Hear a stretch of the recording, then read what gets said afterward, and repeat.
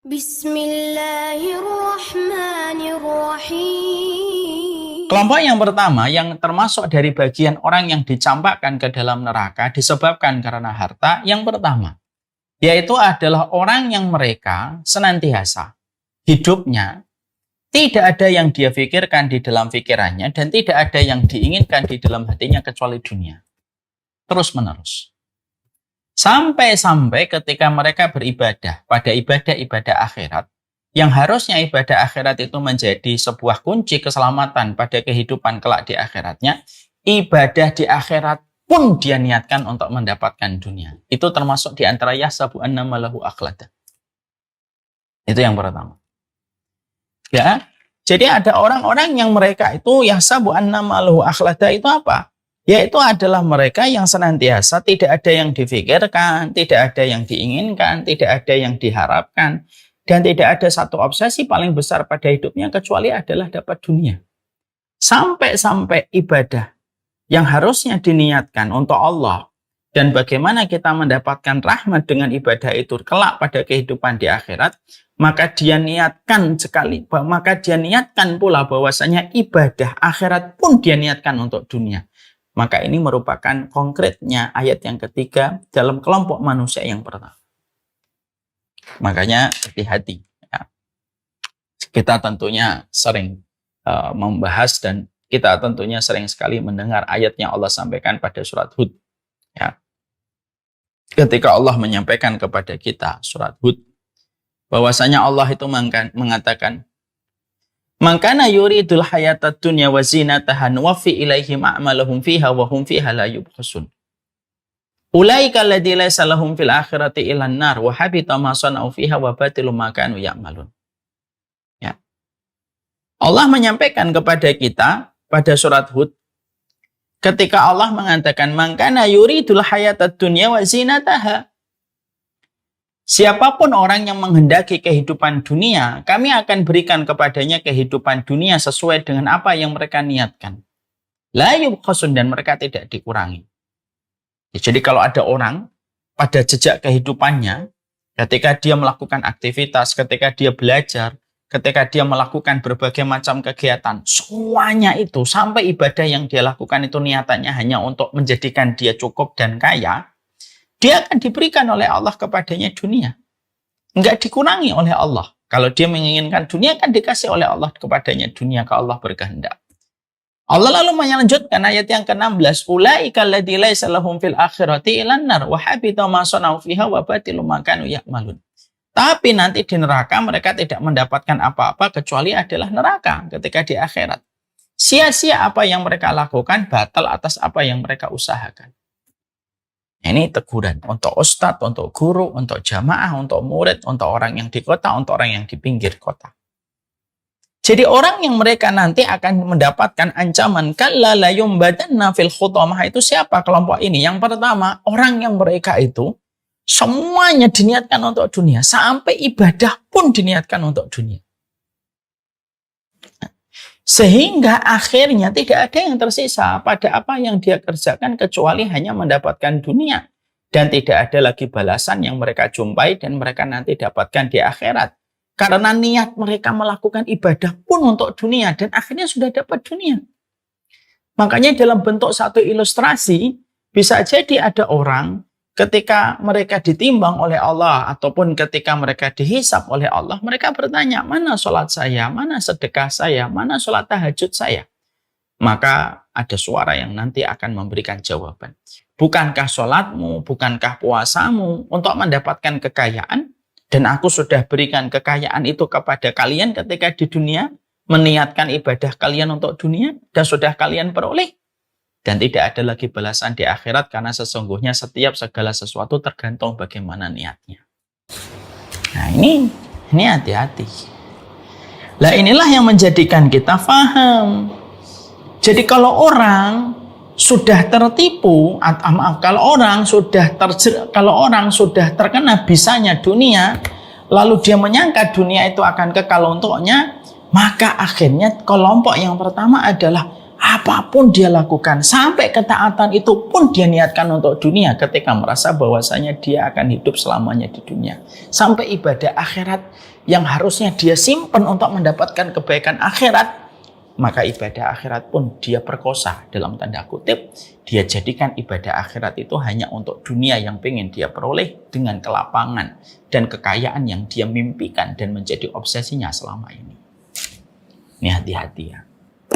Ya, makanya maaf ya, jangan pernah kita beribadah itu dengan alasan untuk dunia. Karena Allah membenci setiap ibadah yang ditunaikan dan dikerjakan karena untuk mendapatkan urusan kehidupan dunia. Ya, makanya sampai kita sudah diingatkan oleh Rasulullah sampai nyekolakan anak sekalipun. Makanya maaf sekali kalau kita nyekolakan anak, jangan pernah berpikir untuk nyekolakan anak itu untuk supaya anak itu mendapatkan pekerjaan duniawi. Jangan. Ini termasuk yang akan terkena ayat yahsabu annama lahu akhladah. Kadang-kadang banyak orang tua disebabkan mungkin minimnya mereka pada pelajaran akhirat, pelajaran agama, sampai nyekolahkan anak itu tidak ada yang dia niatkan kecuali supaya anaknya itu mendapatkan kesuksesan dan keberhasilan dalam urusan duniawi. Nanti sekolah di sini, nanti SMP di sini, SMA di sana, kuliahnya di sana, cepat kerja.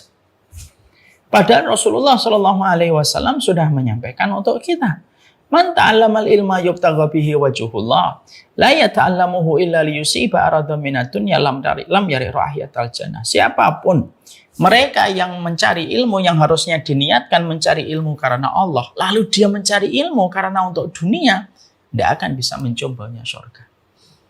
Makanya penting kalau kita akan mengkondisikan anak sekolah, kita sembari di mobil, nyetirin anak kita dan mengantar, katakan sama dia, nah, ibu antar kamu sekolah bukan supaya kamu nanti bisa kerja. Masalah dunia kamu, masalah rezeki kamu Allah yang ngatur.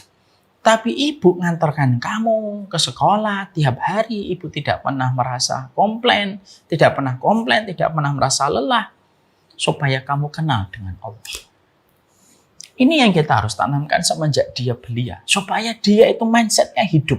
Belajar itu bukan untuk memperoleh kekayaan dari kepintaran yang dia miliki, tapi belajar itu supaya dia kenal Allah, dan kalau dia punya kemampuan, dia bisa memberikan kontribusi kepada agama Allah sesuai dengan apa yang Allah bagikan kepadanya pada ilmu. Itu yang kita harus tanamkan. Makanya ini pula yang menjadikan kita harus hati-hati. Jangan menjadikan dakwah menjadi sarana kita mendapatkan kekayaan. Jangan pula kita menjadikan sholat tahajud kita, sedekah kita, sholat duha kita untuk mendapatkan dunia. Dan itu sudah diingatkan oleh Allah pada surat Hud 15 dan 16. Surat yang ke-11. Ya. Karena sesungguhnya surat Hud ini merupakan surat yang membuat Nabi beruban. Surat Hud ini merupakan surat yang dibaca oleh para sahabat dalam kondisi yang berat. Karena salah satu yang paling berat dari surat Hud itu surat 15 yaitu ayat 15 dan 16 yang mengingatkan kepada mereka. Siapapun yang nyari dunia terus-menerus dikasih oleh Allah dunia dengan kehendaknya dan izinnya, tapi ingat di akhiratnya nggak dapat apa-apa. Ketika semua yang diminta ketika di akhirat, Allah akan membalasnya. Sudahkah aku berikan kepada kalian apa yang kalian niatkan untuk mendapatkan dunia di balik ibadah kalian? Dan itulah yang menjadi sebuah rasa kerugian yang sangat besar. Hati-hati. Yaitu adalah yahsabu annama lahu akhladah.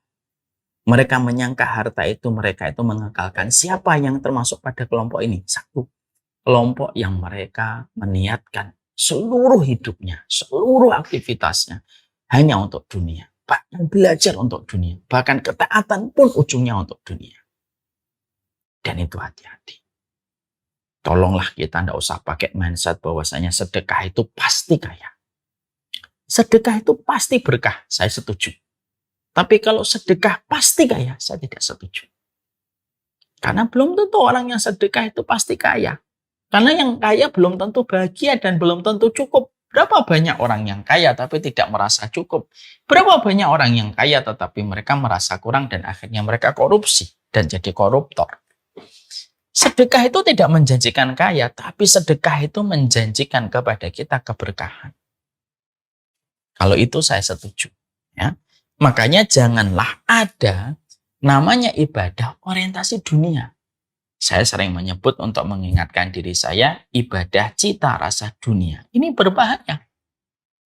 Kalau ibadah sudah cita rasa dunia, maka dia akan senantiasa menjadikan, menempatkan seluruh ketaatan yang dia lakukan, seluruh ibadah yang dia kerjakan, bukan untuk menggapai ridhonya Allah, tetapi hanya untuk mendapatkan dunia.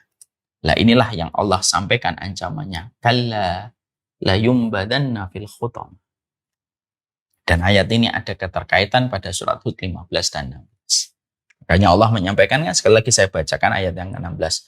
Ulaika alladzi laisa lahum fil akhirati illan nar wa habita ma sanau fiha wa batilum ma kanu ya'malun. Orang yang berniat seluruh perkara dalam hidupnya hanya untuk dunia, apapun untuk dunia. Maka ayat yang ke-16 menjawab, mereka kelak di akhiratnya tidak mendapatkan apapun kecuali neraka.